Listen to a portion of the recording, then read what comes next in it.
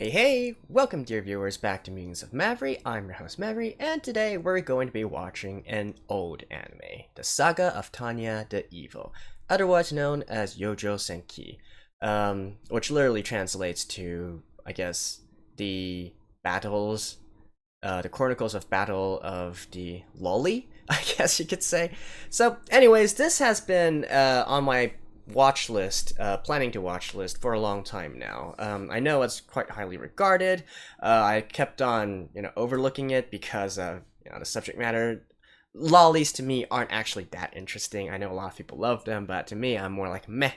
But anyways, I do know that this is a highly regarded series and that it deals with the subject matter of, I believe, World War One, sort of like alternate history on the side of the Germans, right?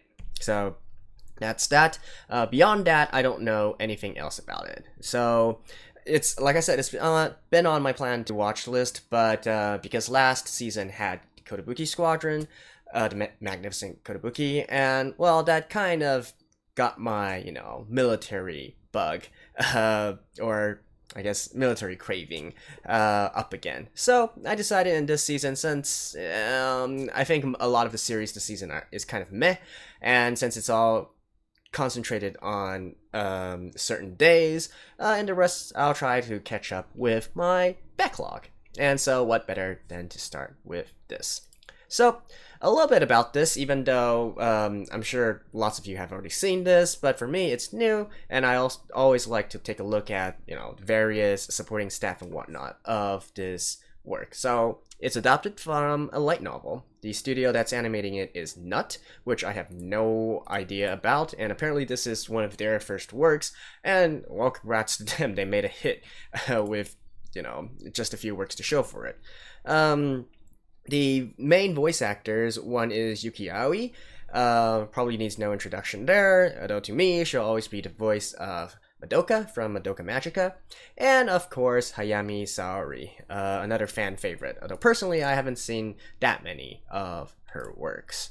The director is Uemura Yutaka-san.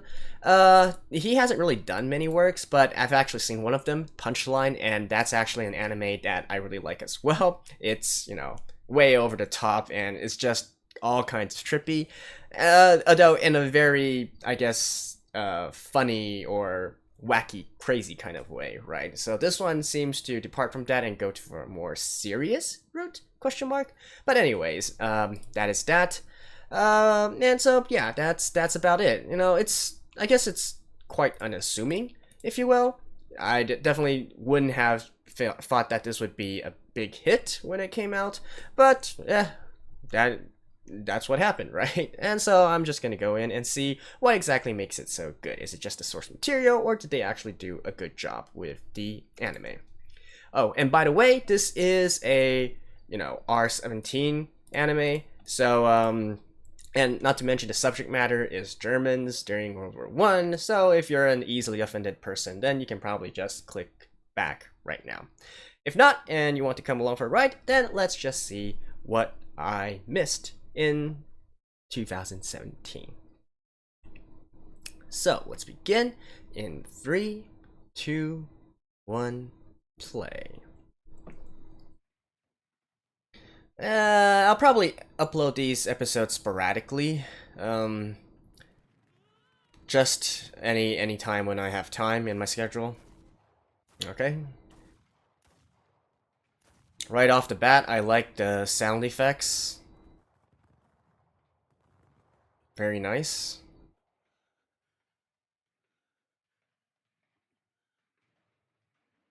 Trench warfare.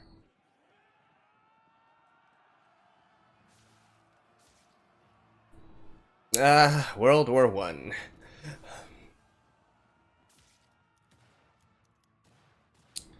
So is this the French? Question mark?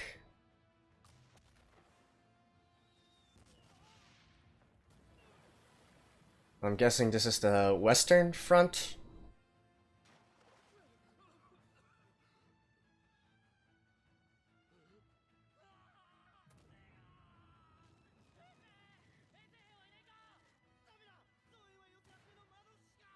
Wait, what? A random group of mages? Oh, there's magic in this one as well?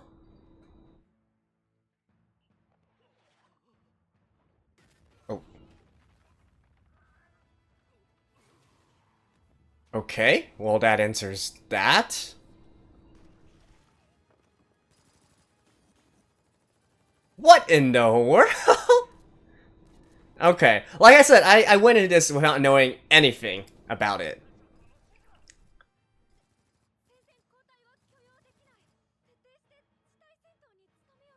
That's a weird mouth, though.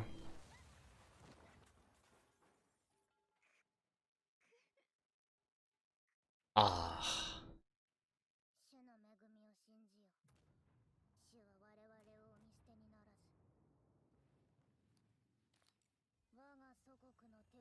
I believe this is the protagonist, Tanya.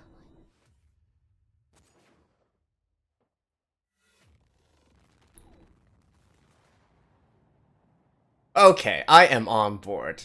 I really love the fusion of, modern weapons and magic at the same time. Well, not even modern weapons. I especially like it when magic is mixed with weapons from, let's say, the 18th to the early 20th century.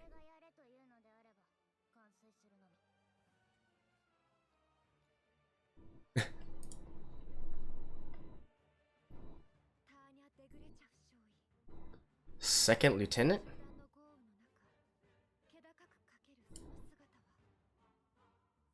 So, the lowest rank officer.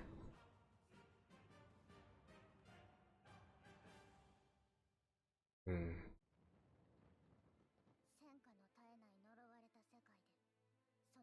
So it's actually not an alternate history, and I was wrong.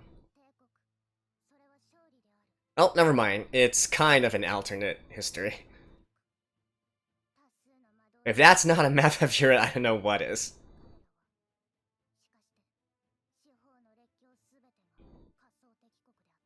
Alright.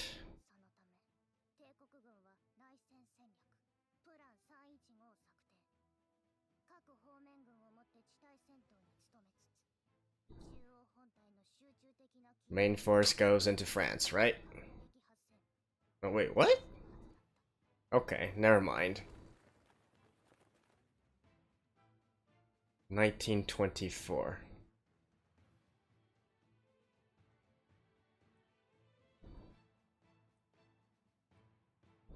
The German Empire.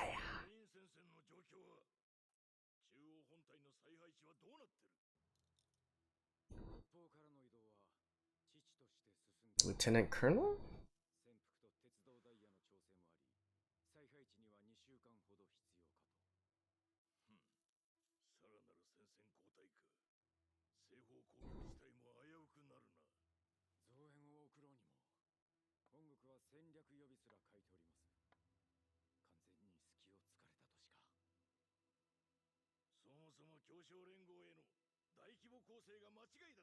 Entity Alliance.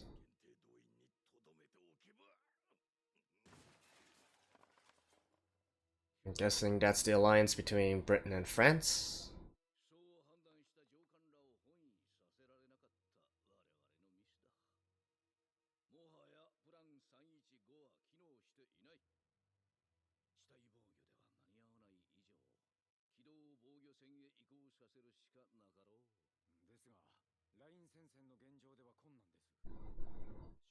Why is a lieutenant colonel and a brigadier general having the same duty?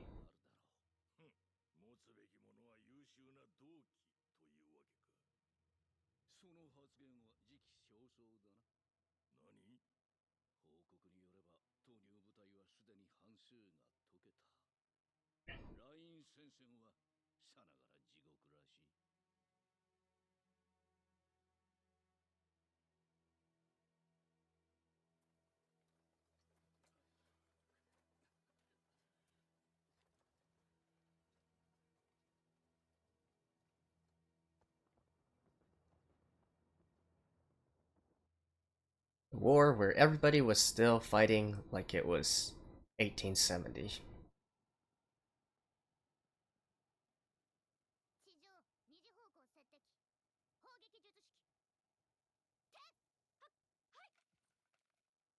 Platoon 3, Corporal.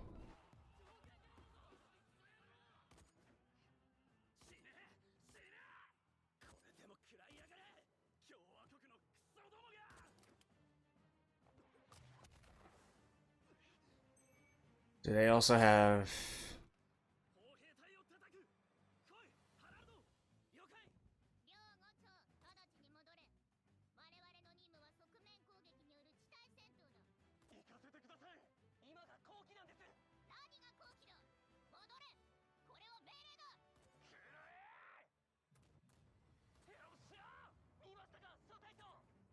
They're gonna die, aren't they?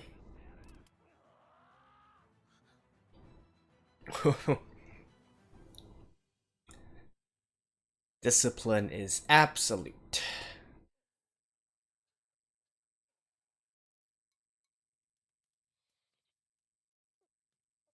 What is with your mouth, lady?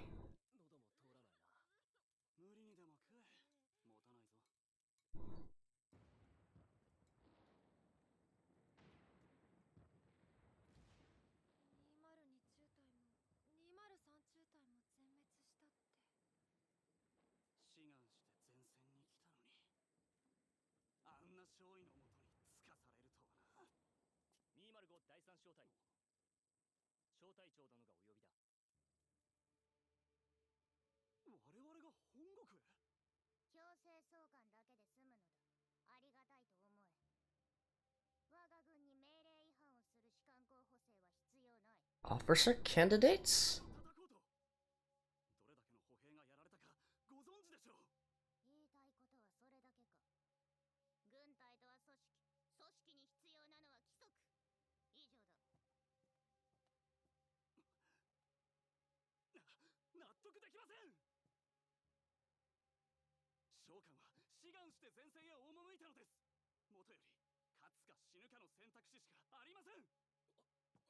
Yeah.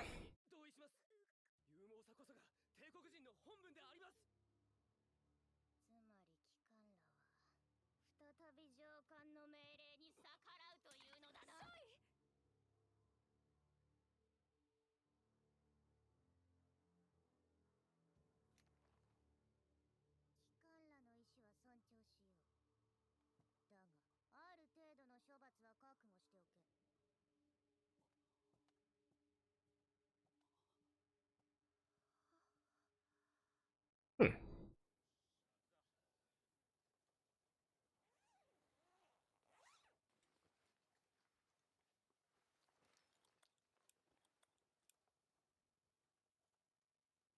Pretty interesting world so far.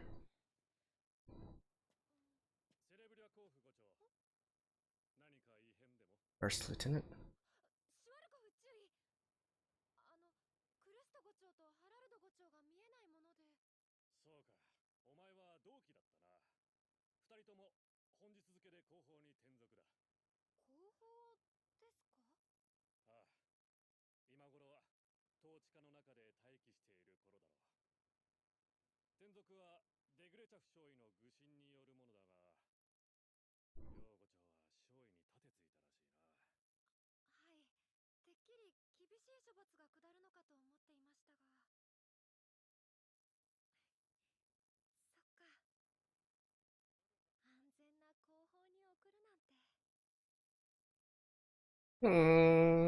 Okay.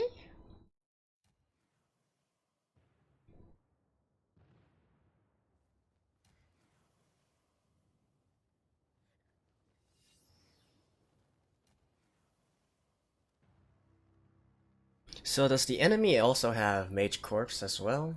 I'm assuming so. They can't just be from this one empire.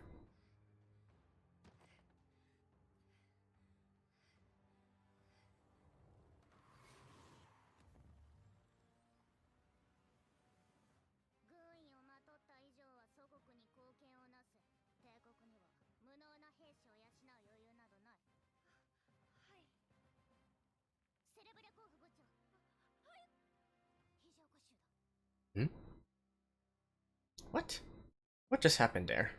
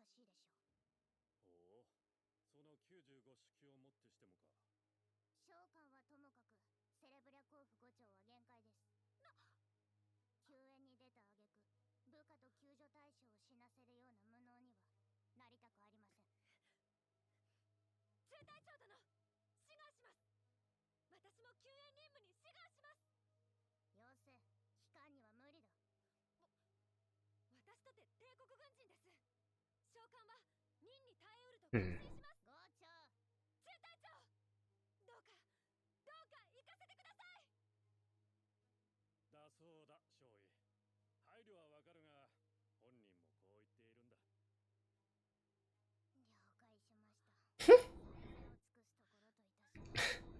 Okay.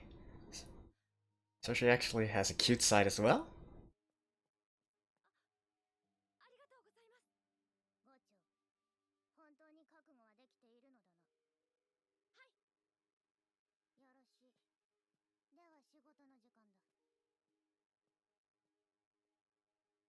Hmm. I'm still not quite sure where this story is going right now, but I can just say that I am intrigued.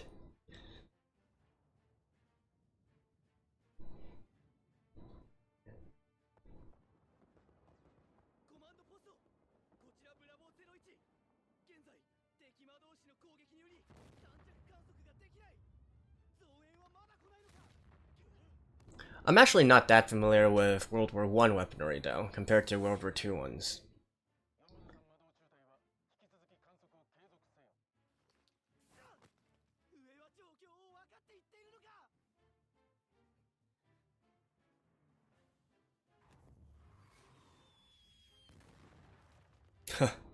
Just like that.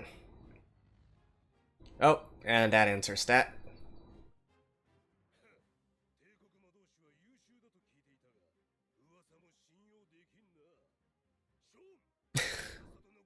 Really?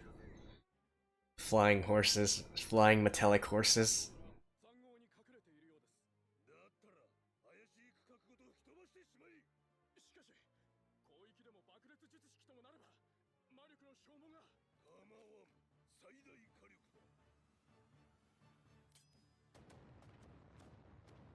Hmm.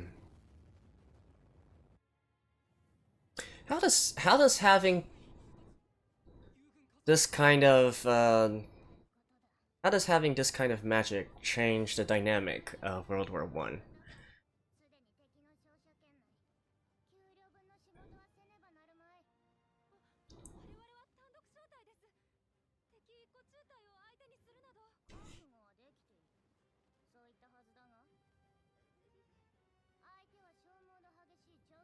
So company is normally made up of about 3 platoons.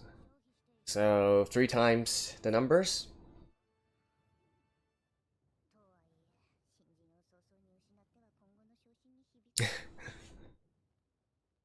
So that's what she's worried about.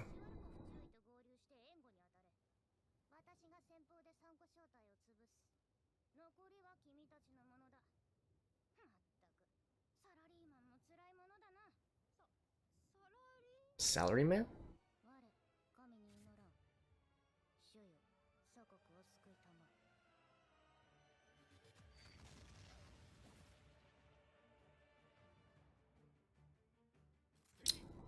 Okay, one against all.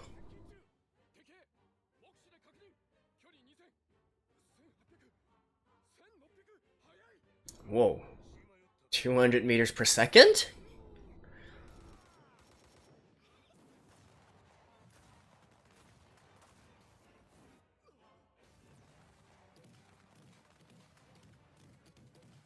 Whoa.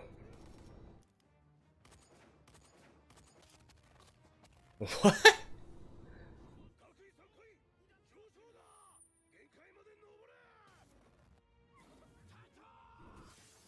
Whoa.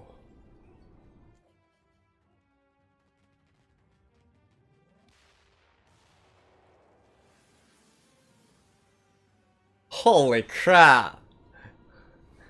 Now that is epic.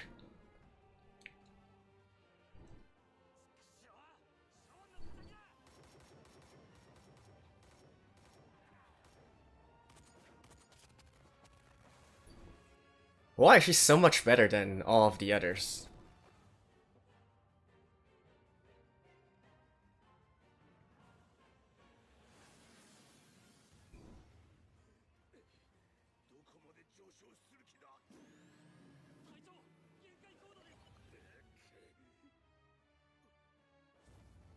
Hmm.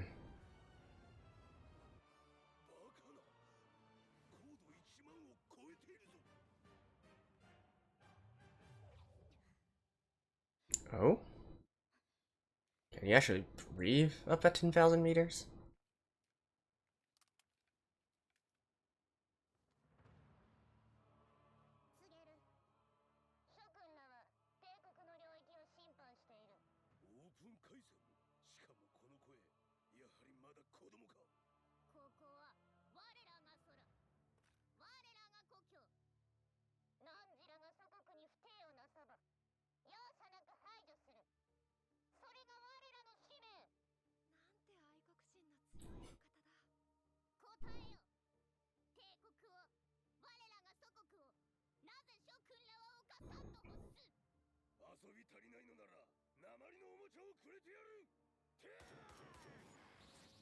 Oh.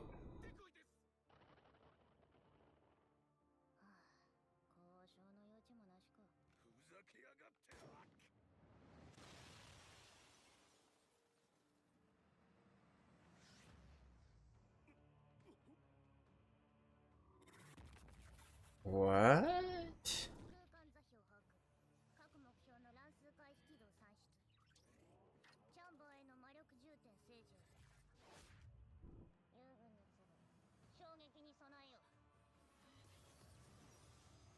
What in the world?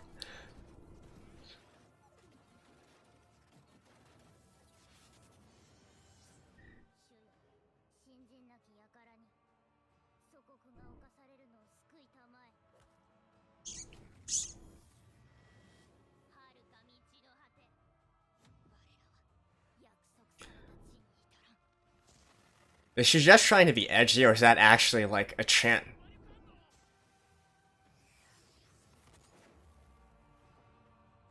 Or is she trying to keep up a facade? Hoo hoo hoo!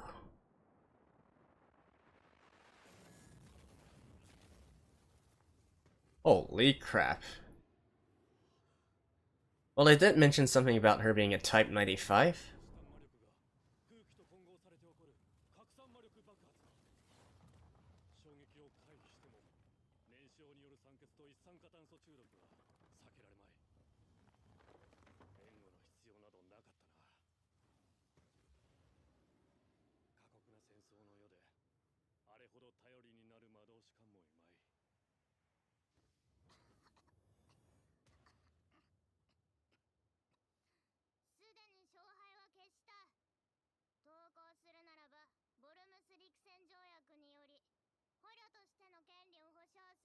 Okay, so she was trying to force surrender at the same time.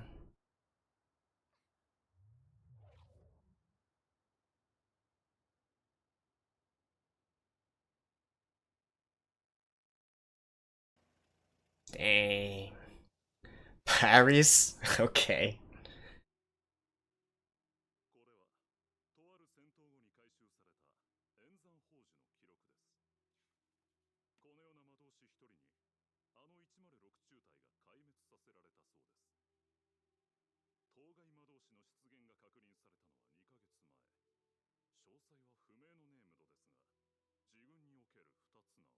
The devil?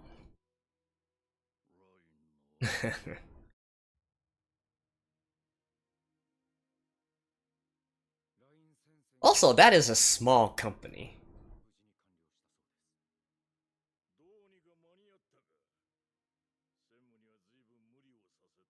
The company should have about 150 people or something, 200 people.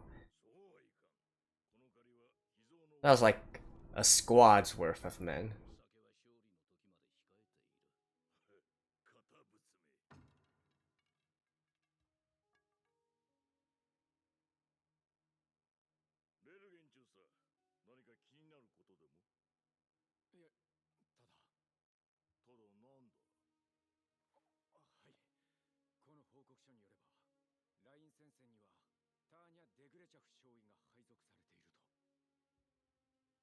And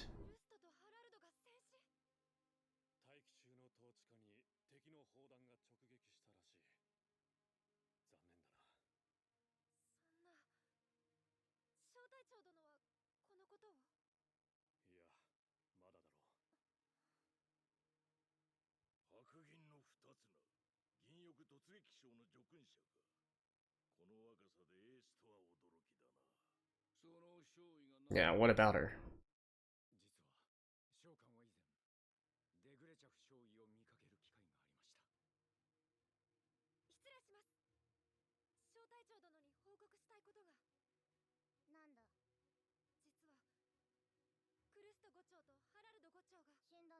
She sent them to her deaths, right?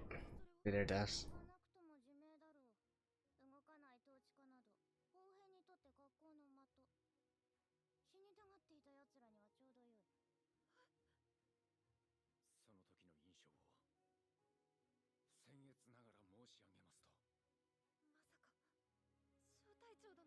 Yeah.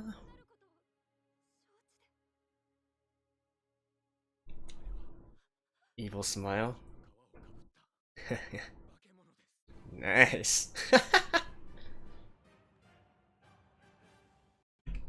Okay, so that was episode 1 of the Saga of Tanya the Evil, and boy, it definitely did not disappoint.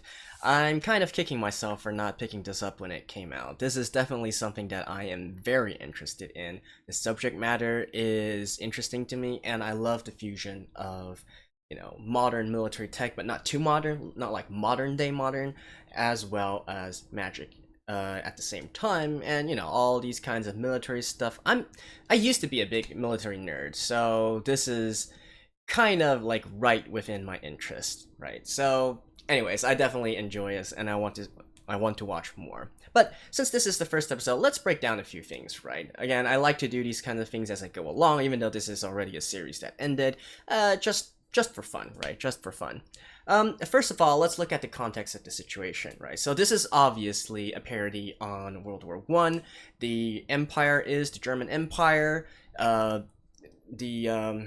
Republic is the French Republic, and it's pretty much World War One, right? We can see that from the map, from the borders, and from the weapons that they are using. So this is, for all intents and purposes, World War One.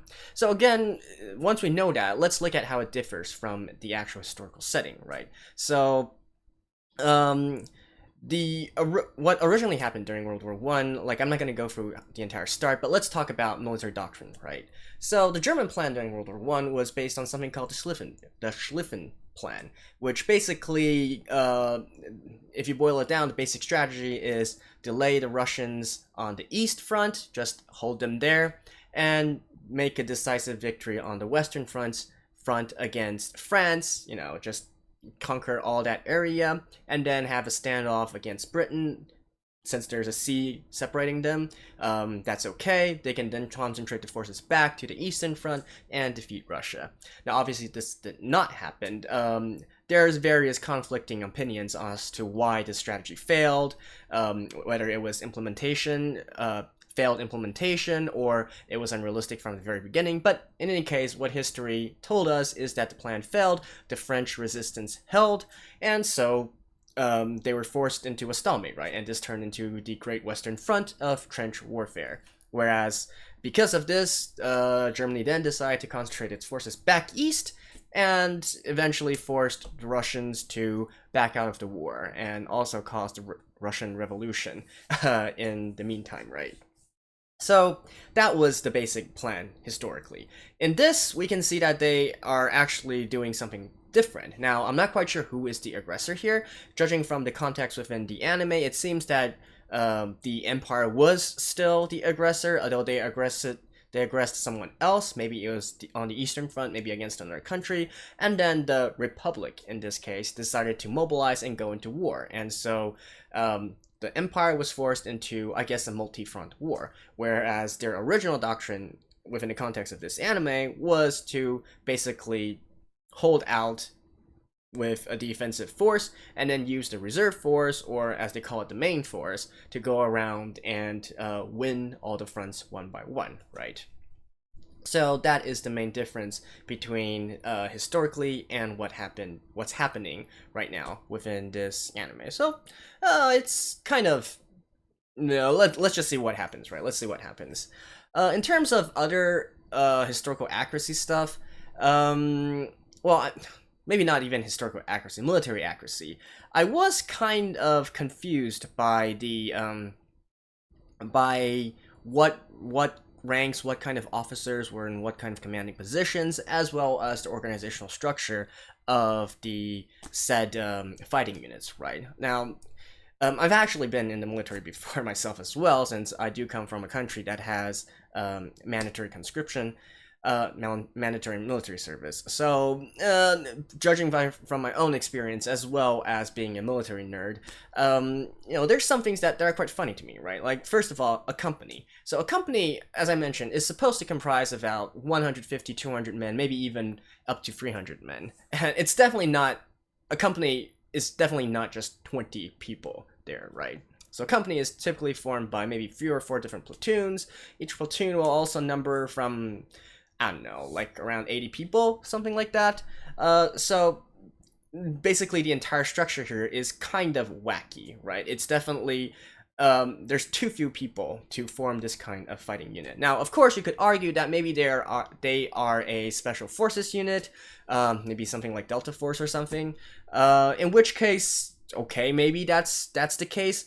In that case, I'm not actually that familiar with the organizational structure of these kinds of specialized units. But I'm just saying, from a ordinary, army perspective, this kind of organizational structure does not make sense much. And additionally, something that also doesn't really make sense is the command structure, right? So here we can see that the second lieutenant is Tanya, our main character, is a second lieutenant, and she leads a platoon. Now that is correct.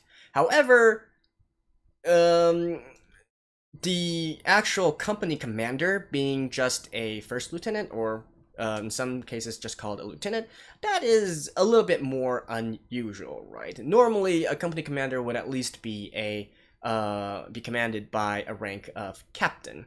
Now, can this actually happen? Sure. In times of officer shortage, it's possible that some lower ranking officers would be immediately promoted to these kinds of higher positions because, well, just due to lack of manpower. So I'm wondering actually if this is also what they are trying to portray here within the anime. Like, this current empire is short on manpower, so everybody is getting inflated into higher positions as well. Because it has to be a deliberate choice, right? Because immediately at the end of this episode, when we look at it from the Republic perspective, they also showed another company commander, although at this time, that company commander's rank was Lieutenant Colonel. Now, again, that is not correct. A lieutenant colonel would definitely not be commanding something as small as a company. Unless, of course, it's a very, very specialized unit that requires a very high-ranking officer to take command of a relatively small-sized unit. So that is also possible as well. But then in this case, why is it that these two are not parallel? There has to be a deliberate design choice there, right? So I think maybe it's deliberate, and we'll have to see as we go on. So that was that. And by the way, the translations here, I really dislike how they actually sometimes call a platoon leader captain, or they call a second lieutenant. That's confusing, right? You should never do that. Ranks, hierarchy are of absolute importance when you're talking about military-based matters, especially like Tanya said, right? know your place, right? So that is that part. Although I guess you can't really blame the anime for that. That's on the translators. Um, so at least so far, that's something that I noticed from the episode. And then I guess finally we can talk a little bit about the current concept and how it differs from history as well, right? Because it has the inclusion of magic. Now, actually, I did not know that this series also featured magic as well. Like I said, I pretty much avoided everything related with this. I don't know how, but I just did. Beyond seeing the character, the main protagonist, beyond seeing some pictures of her, I really haven't seen anything related with this at all. So it came as a surprise to me that there's actually magic and prominent magic here. Prominent enough that it's actually a main staple of the military forces. So what does that change? How does that change the dynamic of the battlefield? Well, right now you can basically view these mages as very mobile artillery pieces, right? Or in some cases, maybe you can even call them bombers of some sorts. Now, what this immediately tells me is that, first of all, it definitely changes the dynamic of a battlefield. The entire reason why there's these kinds of trench warfare is because, well, it's hard for either side to advance, right? Because of machine guns, and especially because of artillery, they cover the ground between them, so it's hard to advance, right? And later on, obviously that's not the only factors. There's other things as well, such as landmines, such as barbed wires, yada yada yada. But anyways, these are two, because of the technology at that time, and because of the presence of these machine gun nests and these artillery, it's very hard to launch an offensive.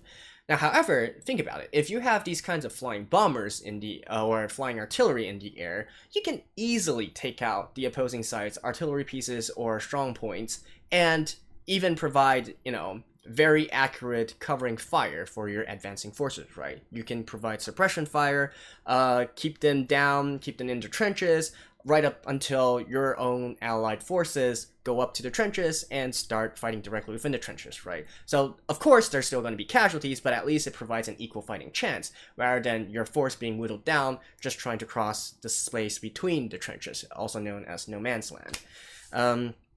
So what I'm thinking right now is actually air superiority is of utmost importance. Now, this is a concept that didn't really come into play until World War II and later on, but here, because during World War I, airplanes of that time didn't really have much oomph to them, right? Bombing didn't really have that much oomph to them.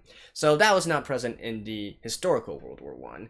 But now that they have these kinds of, you can essentially call them modern bombers, if you will, or modern attack aircraft, air superiority has suddenly gained such a huge importance.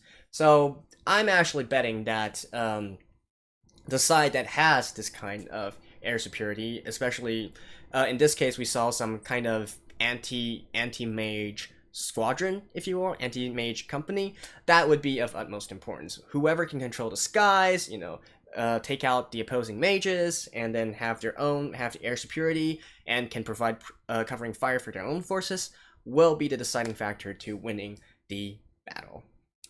So those are my observations for this initial episode.